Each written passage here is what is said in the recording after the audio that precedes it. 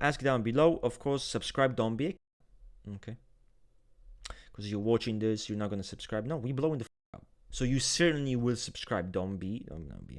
Yo, what's good, you guys? So today we'll be going over the Enneagram defense mechanisms, summarizing them quickly and straight to the point. Let's not waste any more time and let's get into it. So Enneagram 1's defense mechanism is called reaction formation. It transforms any inappropriate or imperfect impulses and behaviors into something that is moral. It allows them to repress any desire or behaviors that they view as wrong or even unacceptable, projecting an image of righteousness and self-control. By adhering to this defense mechanism, they're basically avoiding being in touch with their emotions, instead focusing on what they believe is right, maintaining a certain sense of moral superiority. Your planet was on the brink of collapse. I'm the one who stopped that. Do you know what's happened since then? The children born have known nothing but full bellies and clear skies. It's a paradise. Because you murdered half the planet. A small price to pay for salvation. It needs correction. You don't know that! I'm the only one with the will to act on it. Now, Enneagram 2's defense mechanism is repression. Repression leads to dulling or vague awareness, where the intellectual understanding of one's impulses is blurred. This often is supported by devaluation of cognitive and thinking processes. This can be accompanied by a heightened state of emotionality. It's an instant where the individual compensates by their lack of awareness of their true needs by amplifying their emotional states. Now with Enneagram 3, it's simple, it's called identification.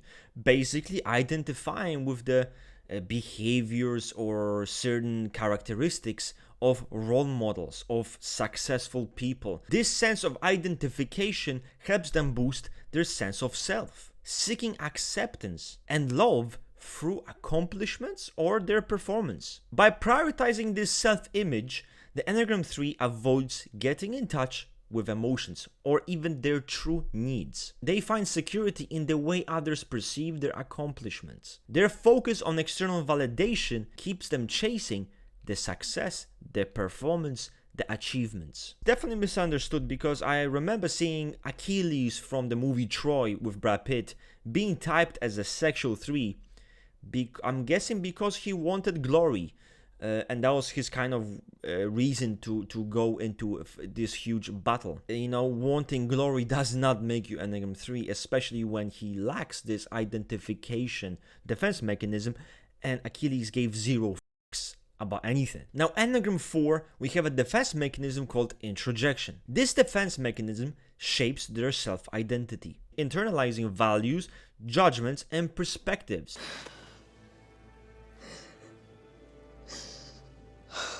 Killed them. No, stay away from me. You're a monster.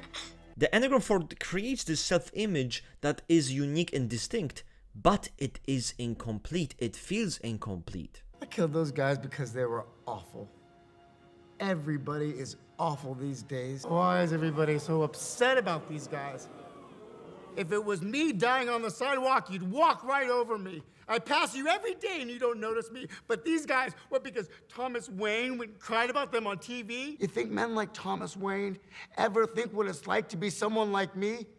To be somebody but themselves? They don't. This internalization helps them justify their feelings of being different or being unique. However, this process also leads to heightened awareness of anything that they lack, their deficiency, their sense of lacking. That's why I'm here at this school for my sister. I want to prove to her that I'm not.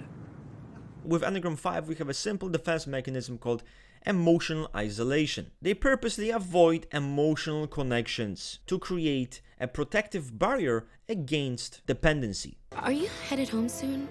I thought we could walk together. I'm probably going to sleep here tonight. Again? You know, there's always tomorrow, right? Good night, Miss Young.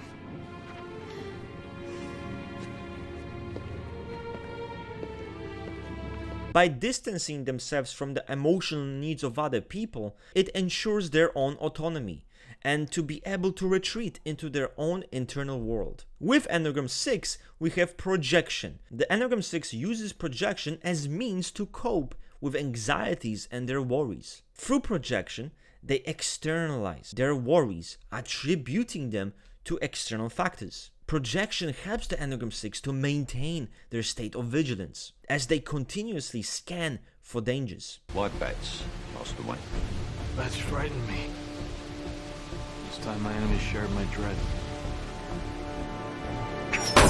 OCD, OCPD, schizophrenic shit, it is really not unheard of. For example, Bobby Fischer, which I love using as an example of a sexual 6, his defense mechanism of projection became so hard he kept assuming that people are trying to bug his room.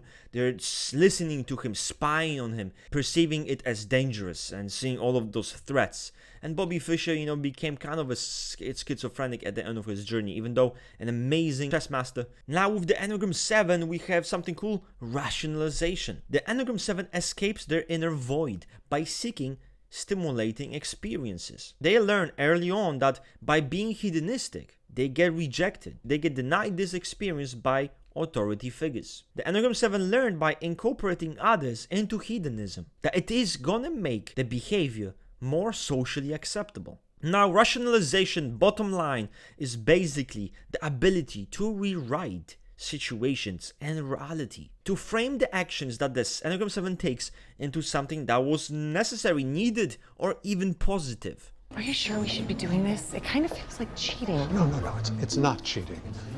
Think of us as a snowplow, clearing a path for Eleanor, so she can more easily drive along the road of improvement. Ooh, I love that.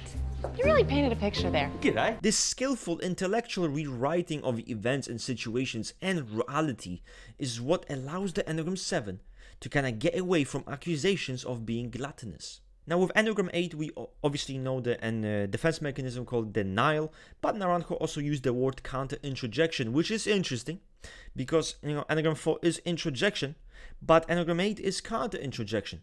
What does that mean? An interesting comparison.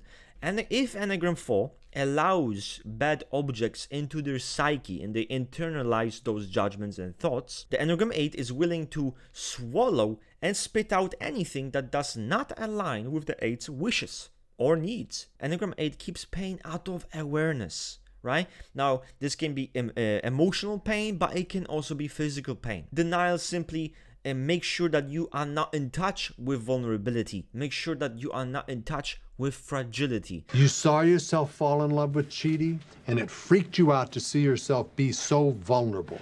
So you're using determinism to convince yourself that those feelings were not real. You don't know me, man. Yes, I do. I know everything about you. Remember? Including that nothing scares you more than vulnerability.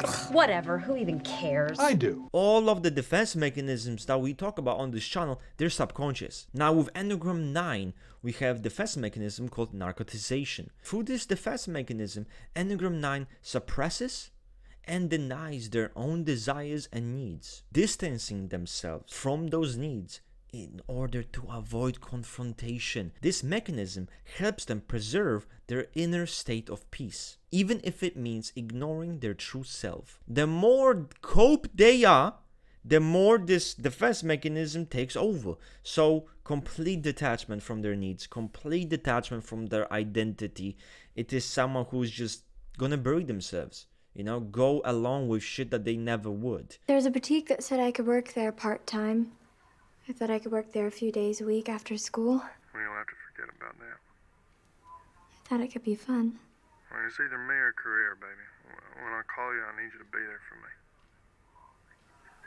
me. Just a few more days and we'll be home. Okay. I love you. So that's it from me for today. If you guys have any questions about whatever defense mechanism, ask down below. Of course, subscribe, don't be. Okay. I'm out, I'm Charles, and I'm bouncing.